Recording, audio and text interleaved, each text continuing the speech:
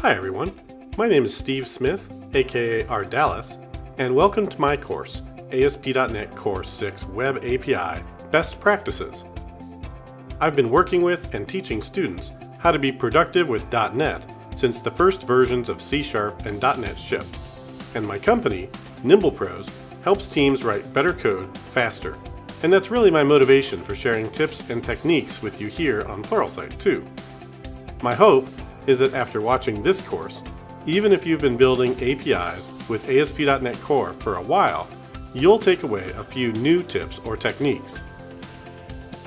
Web APIs are fun and easy to build with ASP.NET Core, but they're more nuanced than you might expect, and building them to be fast, secure, consistent, and maintainable can be a challenge for many teams and developers. In this course, we are going to cover best practices for building web APIs using ASP.NET Core. Other courses cover the basics and syntax. This course will show you how to design your APIs properly, leveraging both built-in features and third-party libraries.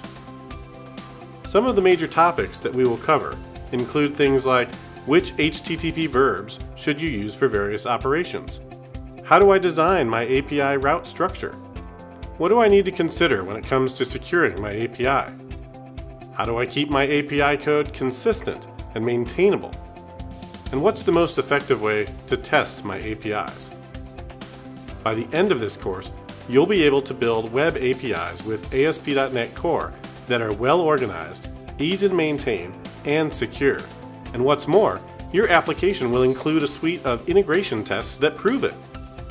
I hope you'll join me in learning how to apply best practices to improve your ASP.NET Core web APIs here on Pluralsight.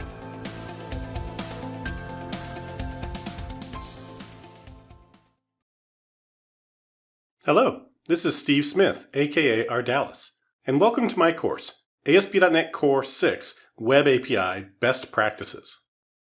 I've been building applications with .NET for over 20 years, and I regularly help teams build better software through my company, NimblePros.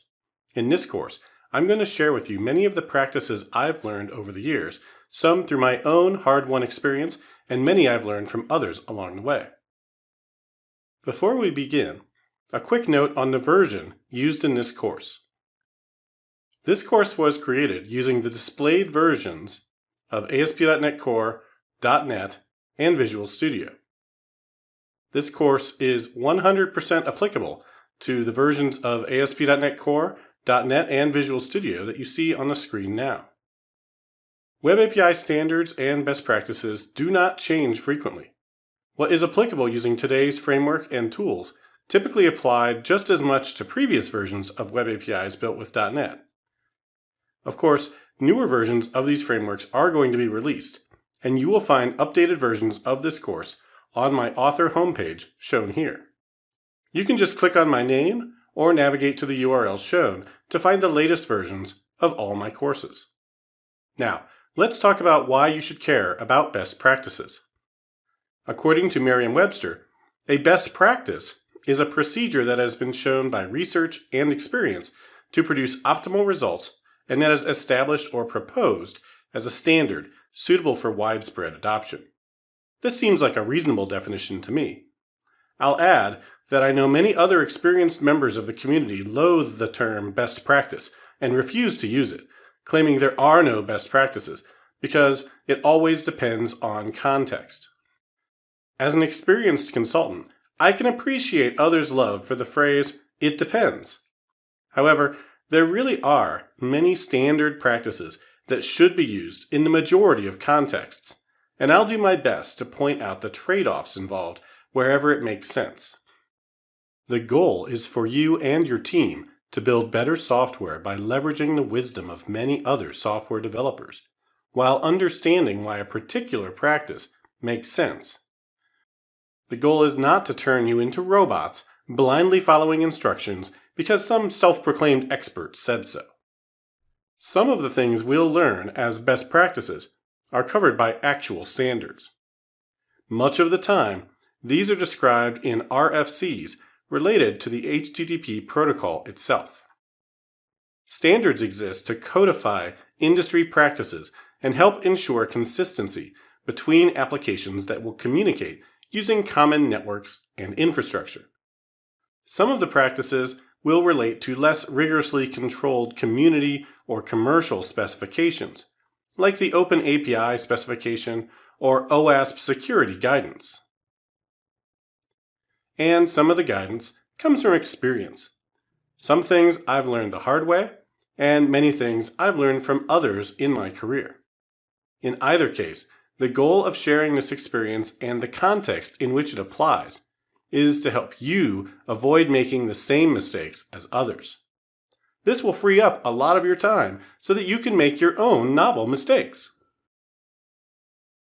What are some of the benefits of following standards and practices established by industry, community, and experts?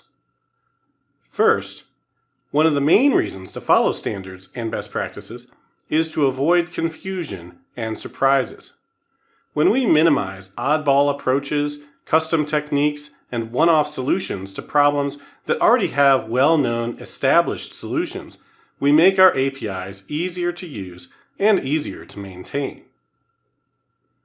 We can also improve productivity by having a consistent approach to building web APIs that typically will mean writing less code, since standard policies can often be applied consistently and even automatically across the codebase. Having less custom code within each API endpoint means future changes to policies will be faster and easier to implement as well. All of this leads to fewer bugs in our code, and in the code of clients who consume our APIs. The less duplication we have in our code, the more consistent our interface and our ability to apply policies to all of our APIs, the better we'll be able to serve our customers and ship higher quality software. Finally, security is more important than ever, and following best practices for building secure web applications will reduce the likelihood of leaving known security vulnerabilities in your code. And when malicious clients interact with your APIs, you'll be better able to detect and deal with them. Okay, you're sold on best practices now, so let's get started. The next module covers the design of web APIs, mainly from the client's perspective. What do your APIs look like, and how do clients call them and deal with the results? Then, we'll look at the models used by your API, what I'll sometimes refer to as the wire protocol, since it describes the data that travels over the wire and frequently wirelessly as well these days. Of course, since this is an ASP.NET Core course, you'll learn some of the many ways in which you can build APIs using ASP.NET Core. You'll also be able to decide whether to use patterns like Mediator, as well as choosing synchronous or asynchronous appropriately for your endpoints.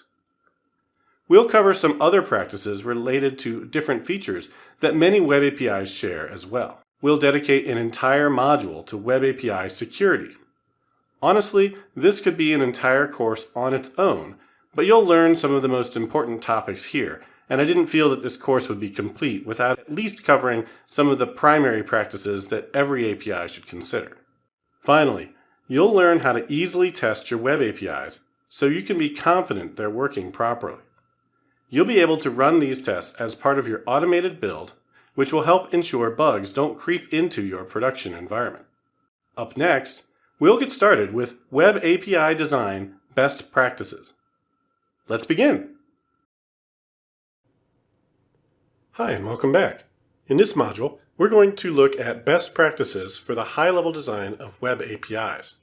We'll be focusing on rules and standards that, if you follow them, will result in a more consistent interface for your web APIs. That means your web API's clients, as well as your own future team members, will be more familiar with these standard behaviors and constraints, resulting in improved productivity and fewer bugs. Here's a quick overview of what we're going to cover. We'll start with a look at Roy Fielding's popular REST architectural approach and some related concepts like resources that are often useful for any web API, even one that doesn't strictly follow REST. Next, we'll review a number of HTTP verbs and talk about how they're meant to be used. Many experienced web developers are still surprised by some of the expected behaviors of standard HTTP verbs, so even if you've been using the web for decades, it may be worth a review. In a similar manner, HTTP defines a number of status codes. Quite a number, actually. We'll focus on the ones that are most applicable to web APIs and describe when you should return each kind of status code. We'll also cover some bad examples, things you should avoid doing, if possible, and why. Finally, we'll look at ASP.NET Core response types and how they map to status codes, as well as some alternatives to using them.